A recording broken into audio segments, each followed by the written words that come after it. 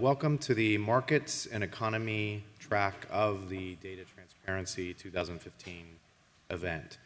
As a leader and provider of compliance and regulatory reporting solutions utilizing XBRL and other structured data, R.R. Donnelley is proud to sponsor this track, the Markets and Economy track, for the conference. Given the advent of the Data Act of 2014 and on President Obama's open data policy, it's clearer than ever that structured data and services can and will improve transparency.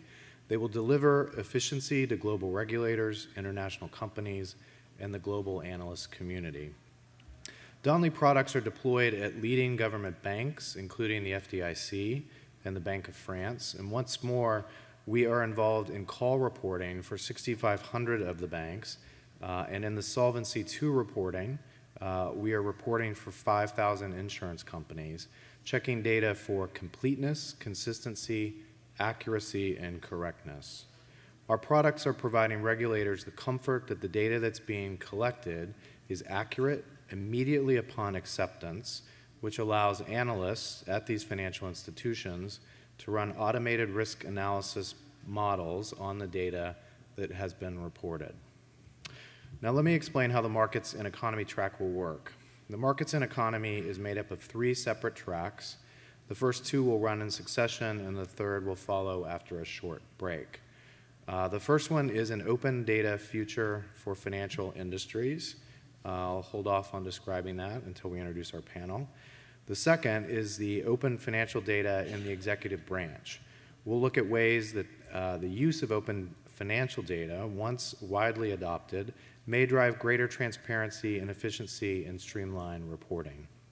This panel consists of representatives from the SEC, the Office of Financial Research, and the Federal Reserve Board of Governors. After a short break, we'll begin track 3, which is the open data in energy regulation. This track presents a case study on how to begin to build a pilot program for collecting data in XBRL rather than PDF reports. During this panel, Danny Kermode, Assistant Director of Water and Transportation and Energy Policy at the Washington Utilities Transportation Commission, will discuss the UTC's pilot and the transformation currently underway that's allowing the agency's professionals to spend less time transcribing and validating data and more time analyzing the information that has been submitted. Danny's done an amazing job, and they are having a direct impact on how the Data Act can be implemented here in Washington, D.C. Finally, please be sure to stop by the Donnelley booth to pick up copies of 2 white papers that we've published within the last weeks. I think they're being tweeted out as we begin this. The first is Shifting from Documents to Digital Data Through XBRL. It presents a brief interview with Rory Warden, the filing operations lead for Her Majesty's Revenue and Customs in the UK. In this interview, Rory candidly discussed the shift from forms to documents to digital data. He addresses the origins of the change to digital data in the UK, and he describes how similar changes will become the reality in the United States. The second white paper, which is XBRL Delivers Increased Accuracy and Productivity, consists of another short interview, this time with Danny Kermode, who is our guest during the third track. Danny describes the current challenges arising from collecting data in PDF format and the transformational benefits of moving from PDFs to structured data, which has driven the efficiency, accuracy, and productivity in his UTC. We thank you and hope you find the following session informative and thought-provoking. So with that, track 1, an open data future for financial industry, focuses on the benefits of collecting open, transparent, structured data for the markets to help drive business analysis and new innovation in assisting the stability, health, and well-being of government and public company data. The panel includes Jacob Harold. I think I actually have a slide for that. Potentially. We'll go this way. There is a slide.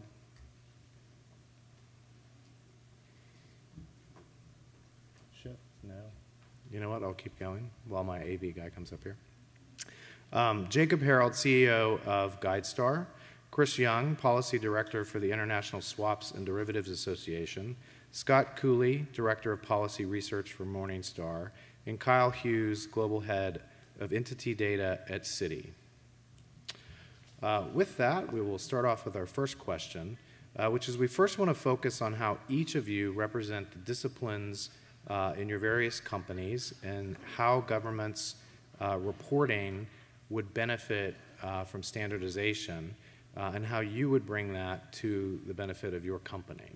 So first up, Jacob, GuideStar's focus is on the nonprofit sector. How does data standardization create additional value for you and your stakeholders? Sure, glad to be here. First, you may be asking, why is someone who works in the nonprofit sector at a finance and markets track? All right, should I say that again? Let me say that again. You may be asking, why is someone who works with nonprofits here talking about finance and markets? And I'll just say that there are 1.2 million nonprofit organizations in the U.S., which account for more than $1 trillion of economic activity and almost 1/10 of private sector employment in the U.S. So it's a large part of not just our society, but also our economy. And GuideStar is the largest database of information about nonprofits, with about 7 million users each year and about 2.5 billion pieces of data. And standardization has been critical for us throughout our entire history. The bulk of our data comes from the forms that nonprofits are required to file with the IRS, the Form 990. And we digitize that data manually each year. And I think when thinking about standardization, it's important to realize that a tax form is already a standard. It's a de facto standard. It may not be called a standard, but it can function in that way. And so in that way, we've already profoundly benefited from a certain type of standardization that's allowed us to build up all of this data and structure it ourselves. But there are obviously further steps that the IRS could take to make this data easier for us and our stakeholders to use. The first would be to admit that they've created a standard and call the fields in the Form 990 as standard and formalize that. And then obviously, if that data could be released in machine-readable format, that would be transformational for us, saving us close to $1 million a year in digitization costs. We've spent about $18 million over our history hand keying in all of this data. So there's immense potential there. I will say, and here's two other side notes. So one, before I hand it on to my colleagues here, one is that we've also discovered the dangers of de facto standardization. In the nonprofit sector, the fact that this tax data has been available and is kind of the only systematic standardized data about nonprofits that's available has led a lot of people to look in the wrong places for answers to their questions. For example, many of you have probably heard the idea that a good way to judge a nonprofit's performance is by a financial ratio, like the percent that goes to fundraising or administrative costs, which I will tell you is a useful filter for a handful of fraudulent organizations, but is utterly meaningless when talking about the actual social impact that an organization creates. And so the presence of standardized data has, in this case, actually created some terrible unintended consequences. But by standardizing that basic layer of financial data, it will create space for us to move on to the much harder questions, like what social problem is a nonprofit really trying to address? What's their strategy? How do they choose to measure it? What is the evidence of actual results created? So one powerful thing about standardization is that it can allow us to leave behind the old questions that really were actually the wrong questions. Thank you very much. Chris and Kyle, you're both focused on derivatives reporting. How does data standardization create additional value for you and your stakeholders? We'll start with Chris. We're both Chris, right? No, we have a Kyle. Kyle, sorry. My bad. We'll start with you. I think Kyle will probably be able to better add details anyways. But I'm the head of U.S. public policy for the International Swaps and Derivatives Association. So we are the trade association for the global swaps industry. So we're comprised generally of large dealer banks, buy-side firms, your asset managers, oil companies, and large Fortune 500 companies that use swaps to manage the risks attendant in their business. So one of the key distinctions of the swaps market, particularly when compared to futures or the stock market, which I think most people are better familiar with, is that it is a global market, and you may have you may have a Japanese bank doing business in on a New York desk involving a Brazilian and a German counterparty. That's really one of the benefits. The more participants, the greater liquidity, the greater choice for clients. So it's really important that there is some level of standardization. That makes everything easier, whether it's reporting the trades themselves to the regulators or whether it's preparing the trades to be cleared or traded on an exchange or a swap execution facility. So the idea of data standardization really hits almost every level of the business. Following the 2008 financial crisis, one of the key principles that the international regulators were trying to achieve was the reporting of all these trades, as a way of identifying these risks before before a firm went down. If you've got different data sets coming in from different countries, or in the US, you've got two regulators that have bifurcated jurisdiction over two pretty small markets, but that do have levels of risk attendant in them. If you've got different data sets coming in, it makes it nearly impossible for the regulators to go through and digest that information. And I think that in the lead up to the passage of the Dodd-Frank Act and the subsequent rulemaking, there may have been a certain rush to try and get this information in as quickly as possible without giving a whole lot of thought to standardization and harmonization, both across jurisdictions and even within firms and market utilities. So I think that you've seen, I don't think I'm saying anything outrageous here, but you've seen comments from members of Congress, from the regulatory community as well, really starting to notice that they're getting a lot of information in, but because it's entered in a different way or because it's done through a different data standard, they're having a tough time digesting what they're getting. So maybe I'll turn it over to Kyle to talk about kind of the firm-specific issues. Thanks. To be honest, from our perspective at Citigroup, we're a very large financial organization. We're in multiple jurisdictions. We cover multiple products, multiple clients. So when we're talking about data standards, it really is key for us to be able to understand exactly who our clients are, who our counterparties are, who are the other parties in trades. And we've done a lot of work at Citi to try to introduce a lot more and more strict data standards. And really the passage of the Dodd-Frank Act, really, we knew it was going to be tough. And we were proved right. It was extremely tough for us, and I can't even sort of stress just how tough it is. When I speak to all my my counterparts at the other firms as well, just how much trouble really everybody had trying to tie all of their client accounts up, all of their documents and everything together. And we looked at things within our own firm, and we said we have systems that have got our legal documents in. And some of those systems would be American only, and some of them would be European, and some of them would be, for other parts of the world with different product sets. We had different credit systems. We had different account systems depending on what country a client was in or what desk or where the city coverage was coming from.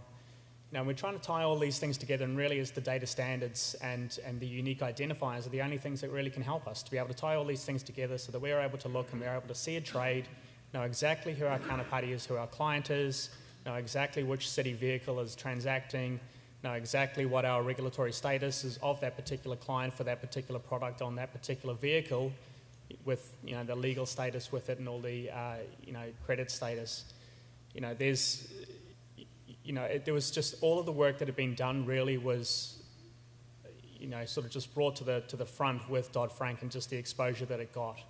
So, conferences like this and, all the visibility that is in the market with regards to data standards and unique identifiers for clients, that's very, very exciting for us.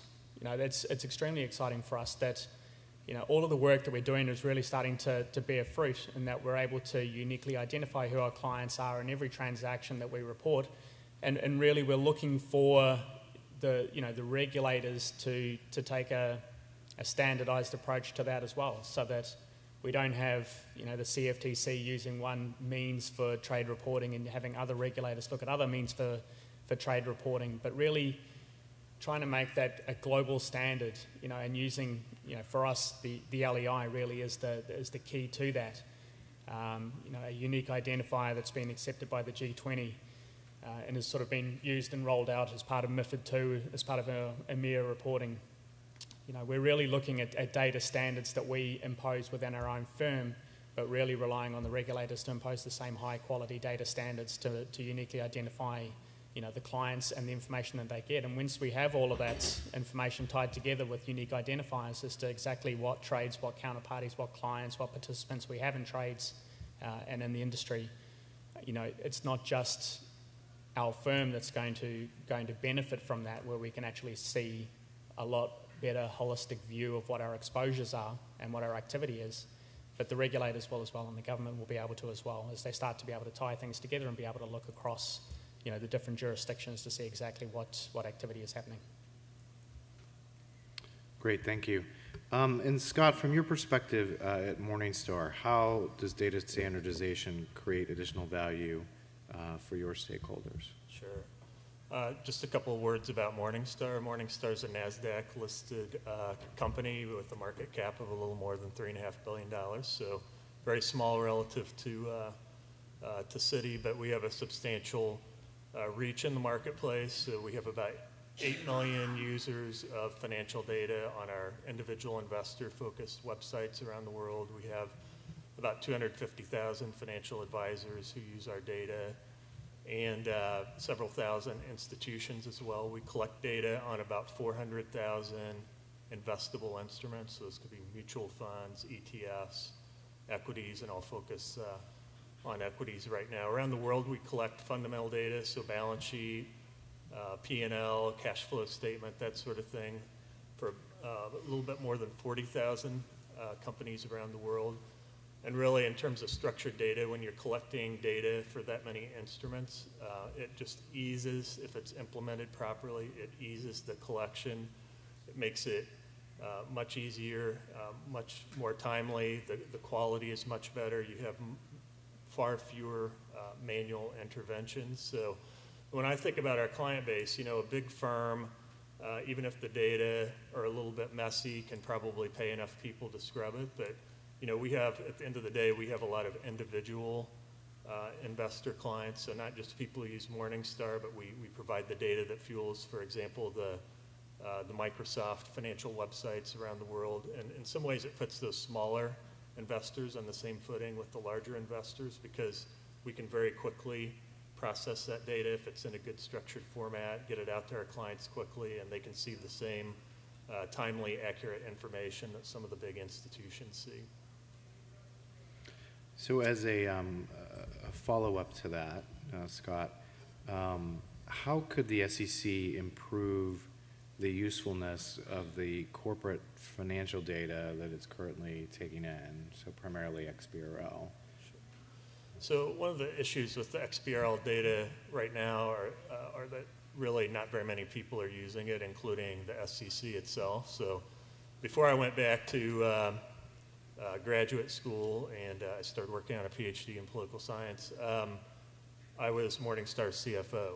And so I was involved when we actually had to start tagging the data with in XBRL format. And you basically have to make a lot of decisions about the tagging. And we did the best job that we could, and I think a lot of other companies have done that as well and tried to do the best they can. But what has arisen is there are a lot of inconsistencies in how companies treat that data. So although we use XBRL data elsewhere in the world, where the regulators have taken a very active role in defining the standards and providing feedback to the company filers, for our equity data business here in the US, we do not use the XBRL data because there were so many inconsistencies in how these data were coded. We felt like it really wasn't an improvement over kind of scraping the HTML filings and having quality checks and manual interventions. So what we would really love to see is the SEC use that XBRL data itself, provide feedback. So I talked to some people on our financial reporting team, and they said, we would love to hear from the SEC about whether we're doing this right. Now, do they really want to get an SEC comment letter? I'm not sure. No one ever really, probably really wants to get those. But, you know, I think right now they feel like, you know, they provide this data. It doesn't take us a lot of time, actually, once you get it up and running, but we're not really sure to what extent it's used by anyone. So we'd really like to see the SEC take an active role, and regulators in some other markets have done that. So for example, we use the XBRL data in Taiwan, and the regulators have been almost dictatorial about how that tagging is done there. I appreciate your perspective. That could be a whole track breakout session in and of itself. So Jacob, earlier you talked about the data that's already in a tax filing.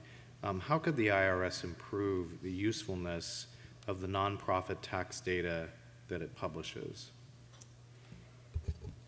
So this is a very tricky question, and it gets to, in my mind, fundamental questions about the nature of the social contract and which parts of society should be responsible for which things. So for example, should a tax authority actually be the part of government that's regulating the nonprofit sector? That includes everything from universities to homeless shelters to think tanks. In and of itself, that's already an interesting structural choice. And then there's a broader question of, to what degree can the nonprofit community self-regulate appropriately? And in particular, this becomes very acute around questions of nonprofit mission and programs. It's pretty straightforward for the IRS to design a cogent and reasonable financial reporting system, and it has. But when you get to a question of how would you actually design a system to gather information about the goals and strategies of nonprofits, again, radically ranging from an art museum to a climate change advocacy group, is it really appropriate or desirable for a government agency, in particular one focused on tax, to play that role in what is actually a very intellectually messy set of questions? At the same time, there's immense hunger for that kind of data, for people to understand which nonprofits actually are doing a good job and which ones aren't. Which ones are well-intentioned but failing? Which ones have immense potential for scale if they got the right kind of capital? So these are really important questions. And interestingly, the IRS right now is the only institution that would be positioned to collect that data at scale. So it's a tension. And I would say we would like to see the IRS begin to ask other kinds of questions, questions around goals and strategies and programmatic measurement. But we would prefer that they were creating those questions in deep consultation with the nonprofit sector and both academic and practitioner experts. And that is sort of happening right now. But most of the experts that the IRS are working with right now, they tend to be accountants and lawyers. Love accountants and lawyers, but they don't actually know anything about impact measurement. And so there's a question of how the IRS could best structure a conversation with the nonprofit community that would allow it to ask the right questions in a way that could be really powerful for the field. So to me, it's an open question, but I'm starting to see some improvement. And on the nonprofit side, you know, self-regulation is kind of a dangerous term, but I think we're doing a better job of establishing standards of how should questions about goals and strategies be worded, and how do we think about taxonomies of organizations and strategies. And as we establish those sorts of systems within the nonprofit community, that will make it easier for the IRS to improve its data collection systems and to take advantage of its immense scale and just the forcefulness of the legal requirement that nonprofits file with them. Thank you. Chris and Kyle, you both mentioned Dodd-Frank. So how could the Commodities Future Trading Commission and the SEC modernize Dodd-Frank derivatives reporting? So this time we'll start with Kyle. I guess, you know, the way that we look at things is that, you know, Dodd-Frank has now been with us for quite some time. We've tied our accounts through to questionnaire submissions that have come through market and bilateral submissions, and we know what clients that we have that are compliant for certain types of transactions, and all the bits and pieces that go with it. And it's not just obviously the derivatives, it's the FX forwards. So we have our set of clients and accounts that fall into that category. We're looking at what rules are coming down the pipe from the SEC, and other regulators, just with regards to things outside of swaps, outside of the FX forwards. And one thing that really concerns us the most with any new regulation is that there is a different set of data standards that will go with those regulations, a different set of identifiers to identify clients or accounts,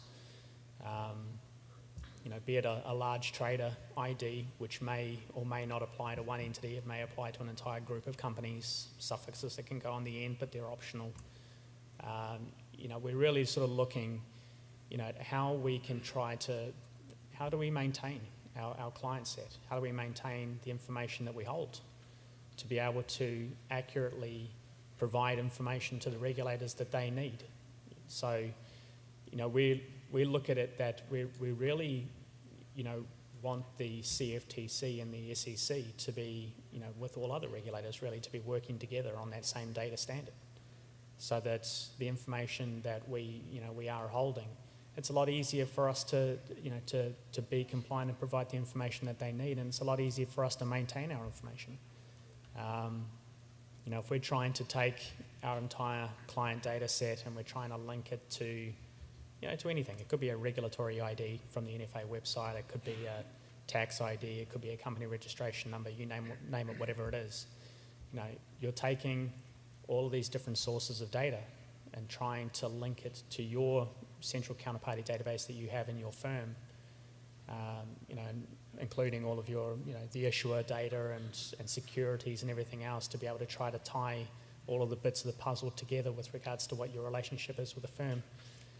We really are sort of hoping and pushing to have those data points and identifiers consistent across the regulatory pieces. And of course, that means that the CFTC can share information with the SEC and vice versa, because they're looking at, they're comparing apples to apples, as opposed to, exactly how different firms classify or categorize or identify a client, and really trying to match things up, because the naming convention that Citi may have can be different from the naming convention Goldman Sachs has, and the way that they identify the client and the identifier that they use. All of these things can be different across different firms, even though we're in the same industry. So, we're very much, looking to, and we work with our peers as well to standardise what our approaches are, but we're looking for the regulators to do that too. Thanks, Scott. Chris?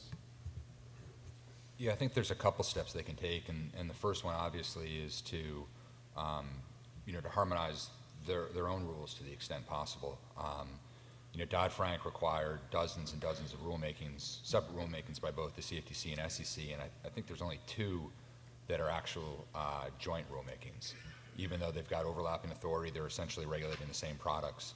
But the only 2 joint rulemakings were definition rulemakings, i.e., what is a swap and what is a swap dealer. But all the reporting requirements, the confirmation requirements, affirmation, clearing, margin, trading, dozens and dozens of the rules are going to diverge somewhat between the 2 agencies. And, when the reporting rules were some of the first that came out, and I think people naively thought that was sort of the low-hanging fruit. We'll knock out the reporting rules, piece of cake. We can use that data to, inform our deliberations on all the other rules. As Kyle and I were talking before, we're still working on some of the details in those CFTC rules that are now 3-4 years old. So I think that they can make their job a lot easier by trying to align their rules where possible. And I think that market participants have recognized that as well. And when those 2 sets of rules first came out, there was a lot of analysis as to which provision was better and which rule, and when we're doing comment letters, should we say adopt the SEC approach here, adopt the CFTC approach here? The CFTC moved a lot quicker, finalized its rules, and I think there's certainly on some of the details. There's obviously some disagreements on larger policy points, but certainly on the details, I think the industry's moved towards a, just make sure you're in line with the CFTC. We've already done our builds. Let's not make things more difficult than they need to be. So I guess that's sort of the first, is talking to each other. The second would be talking to the industry, I think, and leveraging industry best practices where possible. Kyle and his colleagues at other firms have done quite a bit of work leading up to Dodd-Frank, pre-2008 on reporting these instruments, on standardizing them to make sure they can be cleared. These processes are in place. Let's take advantage of them and use them to make your job a little bit easier, regulators. I think that would be our advice. And then thirdly, I mentioned in my opening remarks the global nature of this segment of the industry that at least that I am focused on.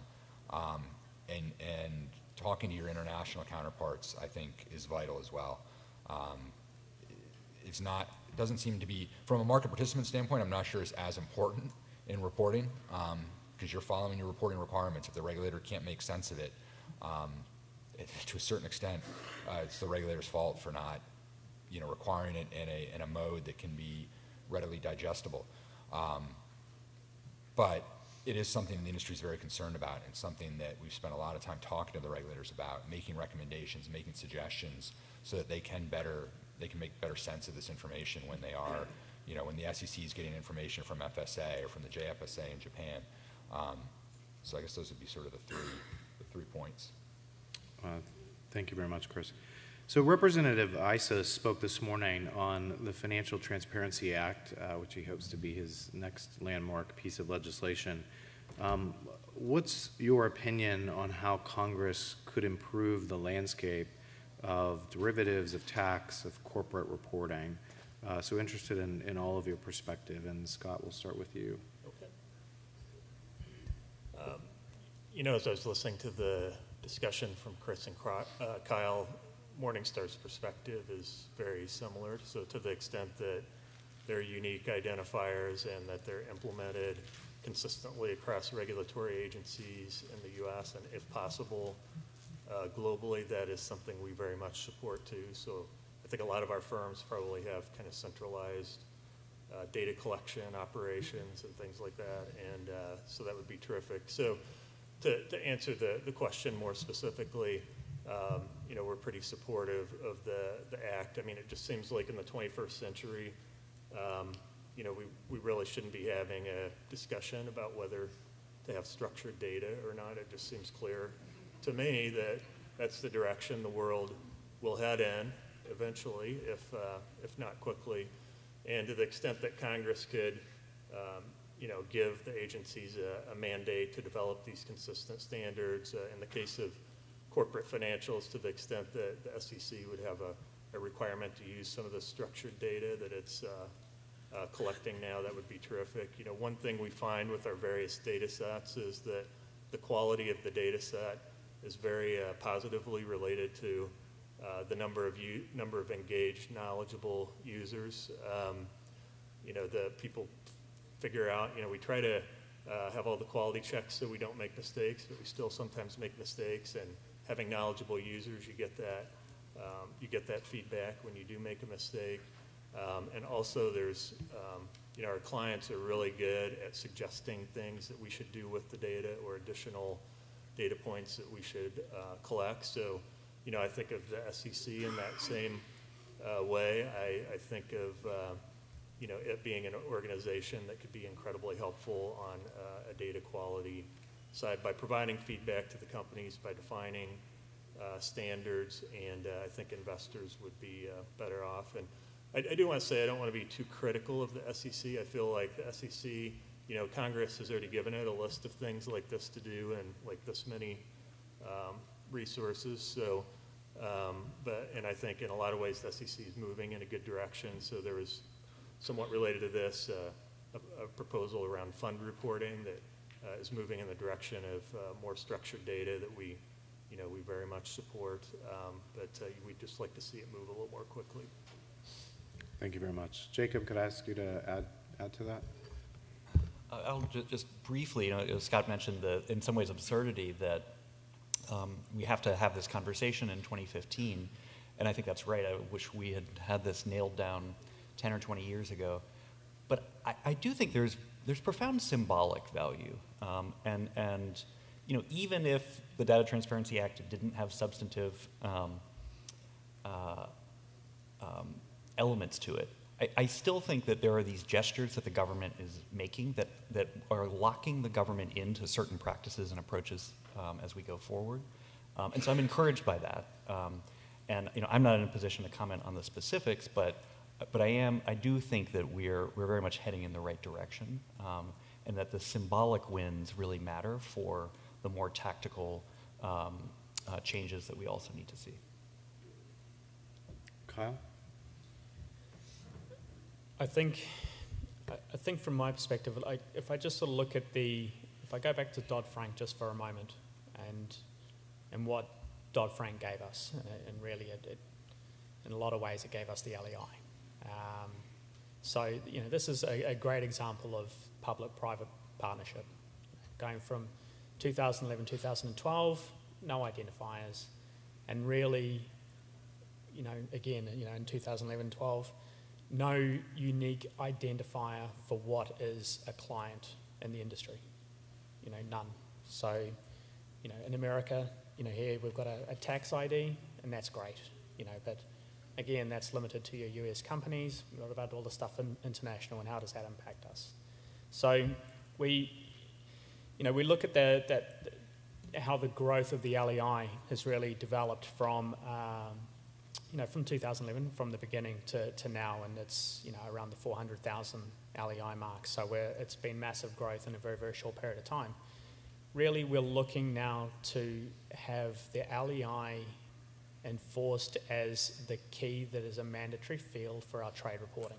So not just trade reporting for some products, but then you can use a different key for other products, maybe a Swift BIC or a tax ID. If you have it, and if you don't have that, you can use a registration number, and if you don't have that, then you can use your own internal identifier. None of this kind of cascading logic of what identifier you can use to identify a client.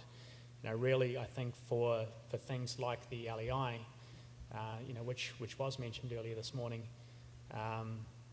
for it to take the next leap and really sort of go a lot more global, it has to be regulatory enforced.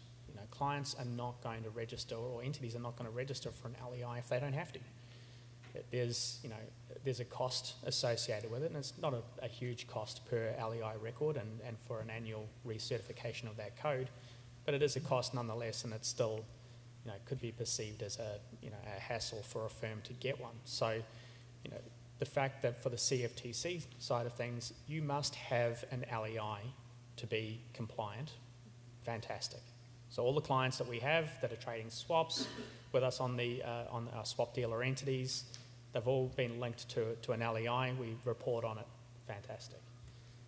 We need the regulators really to be building on that as the first step, to be able to say, we will also mandate that and regulate and pass rules that the LEI is going to be the key that you have to report on for your other trade reporting, not some other identifier that they can, to make up and start from scratch and reinvent the wheel. Not have other regulators and other jurisdictions do something similar, that we try to tie together. This is something that, we believe will not only help the regulators in that their consistent approach to the identifiers that they use for clients and participants, but it's something that's going to help us. So if we've got equity transactions that are coming through and they're using an LEI as the primary key, it's going to help us to identify our clients and our accounts and who we're allocating to underneath investment managers a lot better, so that we can monitor our risk, not just to our direct client that we transact with, but to the underlying client or our indirect client, the other parties that are in those transactions. So, we're really looking for the regulators to take that bold step of making the LEI the key to their reporting with regards to the participants that are in the market, and we're fully supportive of that. Chris, would you like to add? Sure. Yeah, I would just note that Congress certainly has a role to play with a lot of the Dodd-Frank Act implementation, in this area in particular, through its just general oversight role. And, you know, we've briefed and talked to members of Congress and their staff over the years about the need for greater harmonization, both between the two agencies and international harmonization. You've seen members of Congress, you know, you mentioned Congressman Iss's bill. There are others as well that have been out there as far as trying to get greater harmonization amongst the regulators. And, you know, I think we've generally supported that in our own testimony before Congress as well. So, thank you very much. At this point, we would like to open it up from questions from our audience. So we wanted to see if anybody wants to walk to the microphone, or if you have a booming voice, yell the first question out. There we go. I was wondering what concerns there might be regarding LEIs. I remember, I don't know if people predicted XBRL's custom tags being as big a problem as they were. Right. Is there something with LEIs that we can anticipate being abused, and what can we do to get front of that? Right. The X in XBRL is the problem. So is there a hidden danger in LEI that could provide an issue where you wouldn't have the visibility that we think we would have? I think one of the dangers is that people expect that because you have an LEI, that it means something from, I would say, from a regulatory perspective, or that there's a guarantee that all the information on it is correct. The way that you get an LEI today, obviously, is a firm will go through and they can register themselves for an LEI. So that's great. So you now have this unique identifier, but again, it stems from the registrant source, and it goes through to various data vendors. You know, for example, in the US through the GMEI utility, and they use, you know, a back office in Wrexham, North Wales, you know, to validate the information that's on that LEI record. But again, they validate it using, you know, the publicly available sources that are available to them to say, you know, this is the name of the company, this is the address, this is the registration number, or wherever else. And there's certain, you know, LEIs that you do see out there that, you know, some of them will say, you know, fully corroborated or public sources as the, you know, as the source of the information on the LEI. You know, and others will just say registrant sources. So you can, you know, the fear I think that a lot of us have is that there needs to be, you know, as we build on the LEI, there needs to be the backing of exactly where is the information that's associated with that LEI actually come from. You know, we don't want, you know, not that we've seen it obviously or anything like that, you know, the LEI to be used as the first industry accepted identifier which can be fabricated, you know, for various reasons. You know, so we want to make sure that the information that does hang off it, you know, and there's a lot of conversation and talk about, you know, how do we link the LEI through to, you know, a hierarchy. So when you have 10 LEIs, you can say that all of them are subsidiaries of a particular company or anything else. You know, we do need to be able to verify that that information is actually correct, and we can't just rely, you know, on the fact that, you know, in its early stage, you know, the registrant has put through and attested to certain information.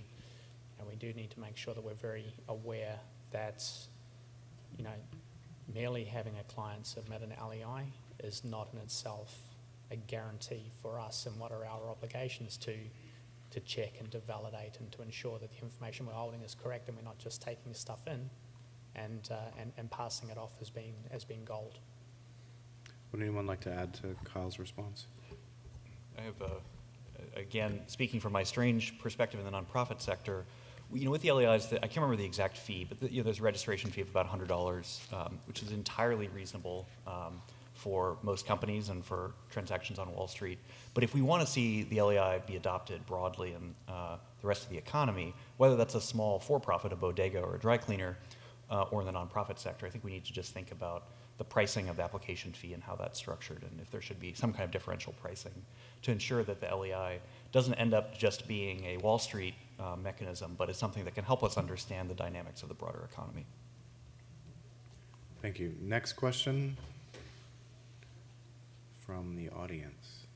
Here in the back. The microphone's on the way. Hi, we're doing all this talking about LEIs, which is ISO 17442 standard. There's other standards from the same ISO technical committee, which is the Technical Committee for Financial Services Standards. What other TC 68 standards do you recommend that are used by the regulators? And bonus question, are any of you participating in ISO TC 68? Who'd like to field that?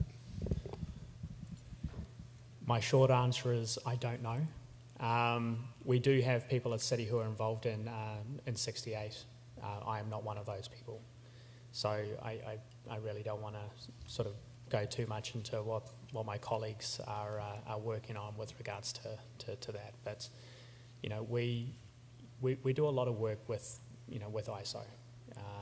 You know, various working groups. There's one particular working group that I'm on that looks, for example, at legal form and exactly how we can standardize legal form across the different jurisdictions. You know, we have, you know, an LP or an LLC here in the US, and what's the equivalent in other jurisdictions, and how we tie all that kind of stuff together.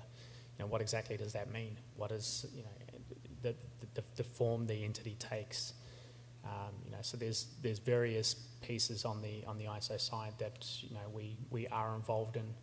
We very much, you know, as a firm, Citi wants to be, you know, really wants to be a full participant in all of these conversations, because, you know, they do impact us in our everyday workings. You know, and just sort of talking about legal form, for example, you know, it's something that's very, very significant to us with regards to how we do all of our client ID.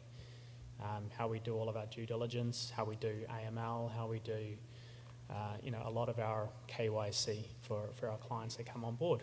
You know, so we want to make sure that, you know, we have those standards in place, and then they're not, you know, ambiguous, or, you know, with regards to what documentary, you know, evidence that we do need for certain clients. So, you know, we are involved in a lot of things with ISO, you know, and it's certainly an evolving process working through them, and the LEI is obviously one of those keys. Thank you, Kyle. Next question from the audience. I think I see a hand. I saw a partial hand. Is that a hand? There we go. I was just going to give a little kudo to Citi. Actually, you may not realize this, but the chairperson of TC 68 works for Citi. And Citi is actually the only large bank that has a full-time staff member engaged in some of that. So, kudos to Citi. Is that Carla? Yep. It is. Yep. Next question from the audience. Going once, going twice. So, last question for me then. So, with the access to data, once it's standardized, if you can envision this future state where we get what we were asking for, you have public data such as the SEC corporate financial data and IRS nonprofit tax data, but there's data that's not legally made public. So much of what the Commodities Future Trade Commission collects and others. What's your perspective about the standardization, and once we get it, and then the ability to actually access all data? Who wants to kick that off? Jacob, you want to? I mean, I'll just offer a couple of thoughts from, again, my somewhat outsider perspective, which is, you know, there are very good reasons to keep data private, and there also can be a cost in transparency. So we shouldn't expect all data to flow freely all the time to everyone who wants it whenever they want it. That said, I think we can shift our mindset from a default of opacity where you opt in to transparency to a default of transparency where it makes sense you opt in to opacity. I think that this especially applies for the government. So I do just think there's a mindset shift for us. And then I think there's also, in our world, GuideStar has gotten 110,000 nonprofits to give us additional data directly on top of the data that we get via the IRS. And in those cases, we're able to ask other questions that maybe the IRS wouldn't ask, some of the ones I mentioned about goals and strategies, mission. And that we've been able to create an ecosystem where it makes sense for nonprofits to share additional data So I do believe there's also a place for voluntary sharing of information, but you just have to be very, very thoughtful about incentives. Thank you. I guess I would just make the distinction between, and I think there is a significant distinction in our market between regulatory reporting and public transparency or public reporting of trade data.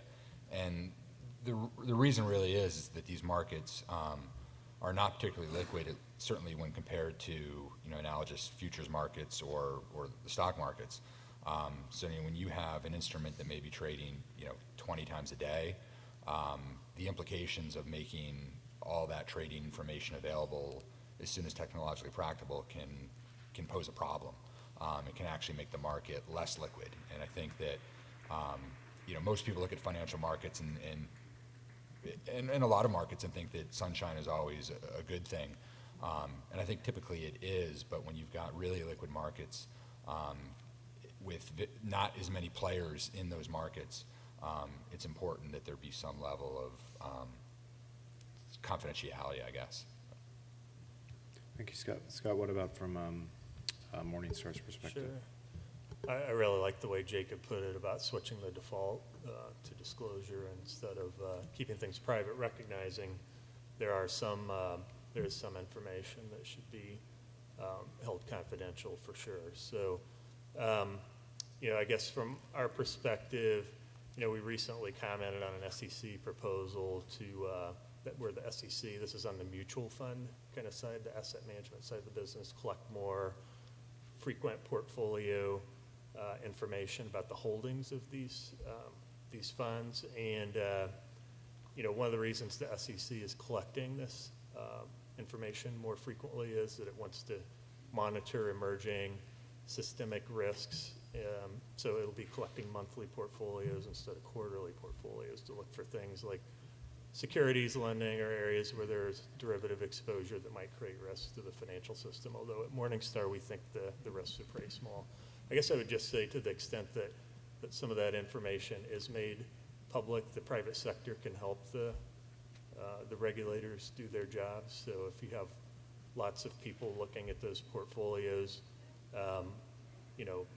investors are going to look at who has kind of excessive risk exposures and things like that. So it isn't just a job of, in this case, the SEC. So we would say to the extent that you can make data available when it's appropriate for it to be public, the private sector can actually help out the regulators. Kyle? I guess the only thing I would sort of say on this particular topic is that there needs to be a balance between what is, I guess, in the public interest and everybody's interest to know and to be able to have available. So obviously the first point, having it available out there, and second, it's been able to be used by the public. But there is obviously a lot of information which needs to be kept private, for various reasons. Entire trading strategies, entire positions, whether it's a good idea, obviously, for various firms' positions to be made public or not. And the answer probably is no. So there is a balance that does need to be struck with regards to making sure that there is full transparency of what the public and what government and everybody else needs to see, because it is extremely useful to them. And I guess the over-the-top approach of every single thing, every transaction, every single piece of information about that transaction and parties involved of it being disclosed, because that really does create a different issue where with unintended consequences to it. So with regards to the Financial Transparency Act, what we see is that they've got the right balance of being able to get the right information out there into the right hands so that people can use it and make informed decisions. But obviously certain things from a trading position and a book position would still be held close. An open data future for the financial industry. You heard it here today.